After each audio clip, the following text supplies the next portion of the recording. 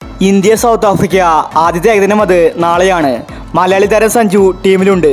ഇപ്പോഴത്തെ India practice match കളിച്ചിരിക്കുകയാണ്. ഇതിൽ സഞ്ജു സാംസൺ വെടിക്കെട്ട് ബാറ്റിംഗ് ആണ് കാഴ്ചവെച്ചത്. ഇതിനെക്കുറിച്ചാണ് നമ്മൾ ഇന്നത്തെ വീഡിയോയിൽ നോക്കുന്നത്. ഇത്തരം ക്രിക്കറ്റ് ന്യൂസിന് വേണ്ടി ഈ ചാനൽ മറക്കാതെ സബ്സ്ക്രൈബ് ചെയ്യൂ. 3 ഏകദിനമാണ് ഇന്ത്യ സൗത്ത് ആഫ്രിക്കയുമായിട്ട് കളിക്കുന്നത്. ഇതിലെ ആദ്യത്തെ ഏകദിനം അത് നാളെയാണ്. നാളെ ഉച്ചയ്ക്ക് 1:30 മാച്ച് ആരംഭിക്കുന്നത്. സഞ്ജു കുറെ കാലത്തിന് ശേഷമാണ് ഇന്ത്യൻ ടീമിൽ നാളെ കളിക്കാൻ പോകുന്നത്.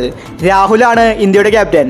അതുപോലെ തന്നെ റിങ്കു സിംഗ്, ശ്രേയസ് തുടങ്ങി ഒരുപാട് താരങ്ങൾ ഇന്ത്യൻ ടീമിലുണ്ട്. നാളെ നമുക്ക് സഞ്ജുവിന്റെ ഒരു വെടിക്കെട്ട് കാണാൻ സാധിക്കും. ഇപ്പോഴത്തെ സഞ്ജു പ്രാക്ടീസ് മാച്ചിൽ അടിച്ചു കളിച്ചിരിക്കുകയാണ്. സൗത്ത് ആഫ്രിക്കയിലാണ് കളി നടക്കുന്നത്. ഇന്ന് സഞ്ജു അടക്കം ഒരുപാട് താരങ്ങൾ പ്രാക്ടീസിന് ഇറങ്ങിയിട്ടുണ്ടായിരുന്നു. സഞ്ജു നെറ്റ്സിൽ തകർത്തടിച്ചിരിക്കുകയാണ്.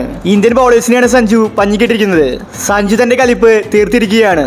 ഒരുപാട് കാലത്തിന് ശേഷമാണ് സഞ്ജു ടീമിലേക്ക് എത്തിയത്. ഇപ്രാവശ്യം സഞ്ജു 2 കളിപ്പിച്ചാണ് വന്നിരിക്കുന്നത്.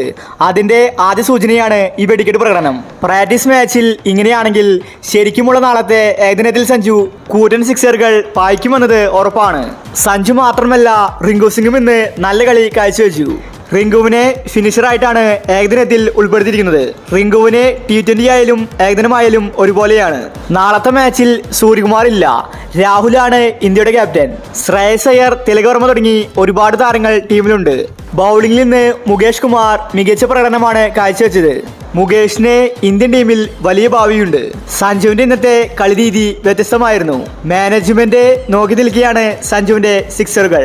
ഇനി തോറ്റു കൊടുക്കാൻ സഞ്ജു ഒരുക്കമല്ല. ഇത് സഞ്ജുവിന്റെ ലാസ്റ്റ് ചാൻസ് ആണെന്ന് സഞ്ജുവിനും മനസ്സിലായിരിക്കുന്നു. നാളെ സൗത്ത് ആഫ്രിക്കൻ ടീമിനെതിരെ സഞ്ജു തകർത്തടിക്കുമെന്നത് ഉറപ്പായിരിക്കുകയാണ്. ഇനിയൊരു പക്ഷേ രാഹുൽ സഞ്ജുവിനെ സൈഡ് ബെഞ്ചിൽ ഇരുത്തുമെന്നത് വ്യക്തമല്ല.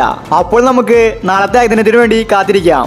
ഇത്തരം ക്രിക്കറ്റ് ന്യൂസിന് വേണ്ടി ഈ ചാനൽ മറക്കാതെ സബ്സ്ക്രൈബ് ചെയ്യൂ.